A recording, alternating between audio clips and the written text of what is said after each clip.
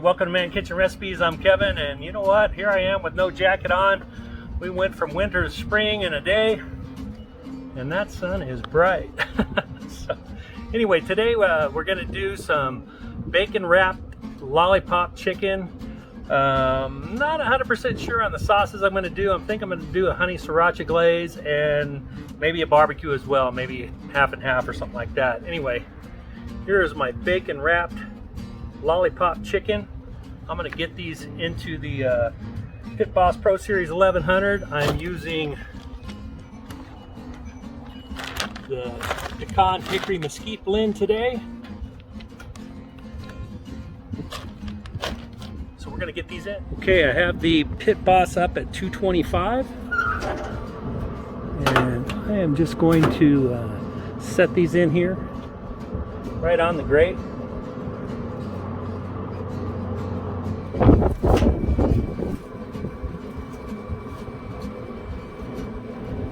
We're going to let these go for 1 hour at 225, and then we will turn up the heat to 350. But let's get that first hour down and let's go inside and I'll show you how I put these together. All right, here I got my chicken legs, chicken drumsticks, some bacon. We're going to wrap around these, but first we're going to lollipop them. And what you do is you go about an inch, inch and a half down. You cut the skin all the way down to the bone, all the way around. And it gets a little tricky getting this piece of skin, and then it's kind of like a kneecap around that bone on the tip. So you got to work at it a little bit. After you do a couple, you get used to it. But anyway, sometimes it's easier to stick a knife up underneath the skin and get it started, get it over. I use a paper towel because my hands were slippery, and you pull it off like that.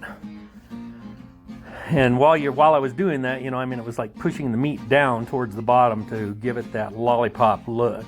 And then you want to trim all the cartilage off, clean it up, get those cartilage pieces, and what it leaves you with is this nice piece of just chicken meat down at the bottom when you push it down. And let me clean that a little bit more. You'll see the little tendons on there. You can just clean them up. So we're looking just about like this. Pushed it down. Looks good. And there you go. Lollipop chicken. Okay, let me set this to the side and show you one more time. Just again, inch and a half down. Just cut all the way around the bone. And the hard part is getting that little, you'll see there's like a little kneecap is what I call it on that knuckle. And you just get your knife up under there. And once you get going, like I said, you can get used to pulling that off, and then push the meat down.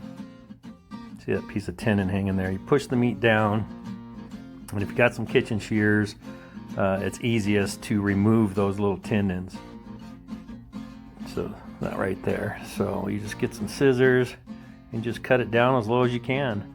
And then you're going to see, like I said, a bunch of smaller tendons in there. Just grab those, clip them off. It's that easy. It's a little time consuming getting these ready, but I'm telling you, it just leaves that hunk of meat at the bottom.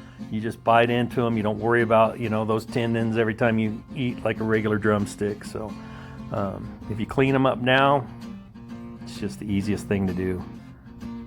There's another one right there. Get it cut off. So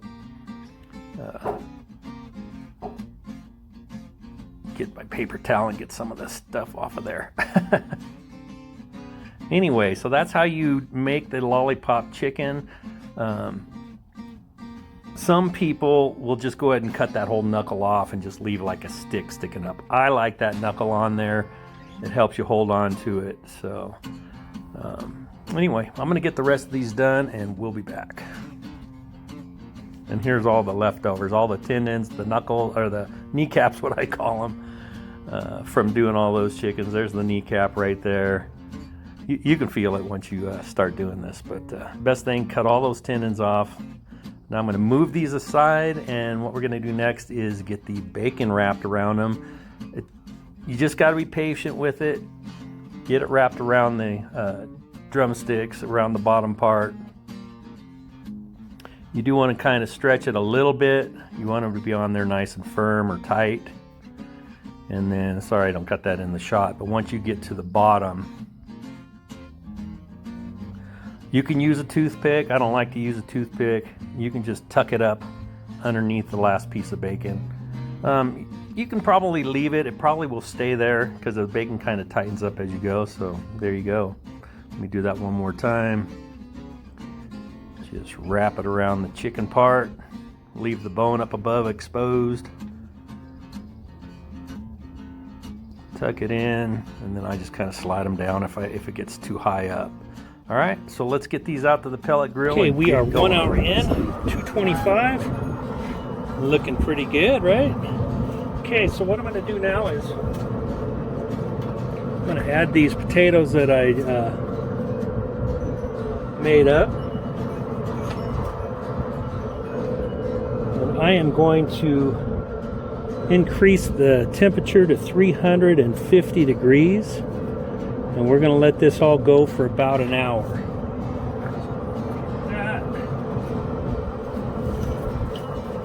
Okay, we are at 350. I'm going to check them in about probably 20-30 minutes to see what the chicken temps are, so we will be back.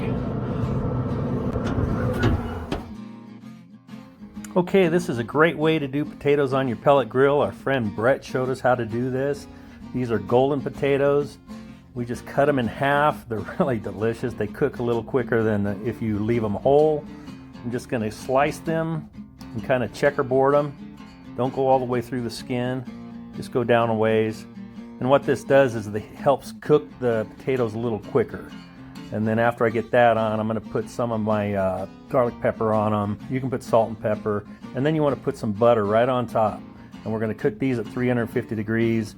Okay, I'm about 30-35 minutes in at 350. Oh, look at those. Let's just take a temp check. 186. Yay. Wow. Okay, so what I'm going to do now is I'm going to go inside, show you how I put together a couple of quick sauces. I'll come back out, we'll put some glaze on here. We'll let them go for about 10 more minutes. Chicken legs, dark meat, we can go up to 190, 200. It's all good. So I'll be right back. Let's go inside. I'll show you how to do the sauces. Okay, these are super simple. Honey sriracha. Yep. Honey and sriracha. So I use about a quarter cup of honey, and then I use about a tablespoon of sriracha. You can adjust it to your liking, obviously, and then you're just going to mix it up really well. And that is all there is to the honey sriracha sauce. It's just the glaze we're going to put on the chicken. The next sauce I'm going to make up is really super simple. I love Sweet Baby Ray's. I'm going to use about a quarter cup of Sweet Baby Ray's and about a tablespoon of Heinz 57, and it gives it just that little tang. So these are perfect little sauces. Again, you just mix them up. Let's go. Okay, so we got our sauces. So I've got 3, 6, I've got 8. I'm going to do 4 of them with the barbecue and Heinz 57, and 4 with the honey sriracha.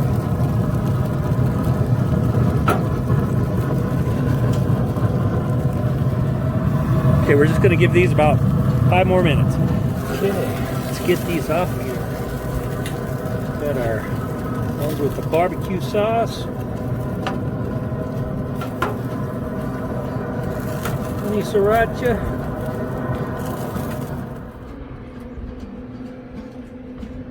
Oh man, look at that. That's the barbecue sauce and Heinz 57 and the honey sriracha glaze. Okay, now these potatoes have been on for about 50 minutes. So we're going to get these off.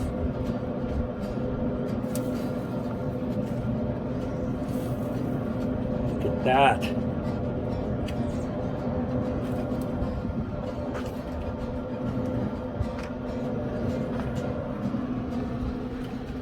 Look at that. Yes, sir. Okay, we made it. It is starting to get cold. No jacket yet. Lollipop, bacon wrapped lollipop chicken on Pit Boss Pellet Grill. Look at that. This one here is the honey sriracha.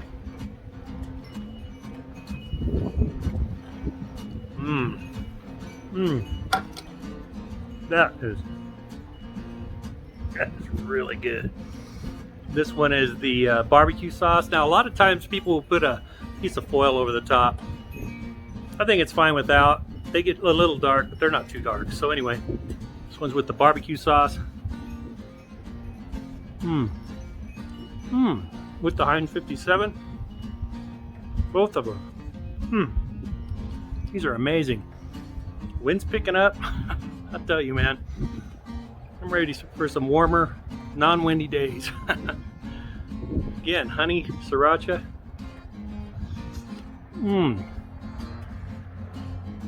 Chicken is perfect.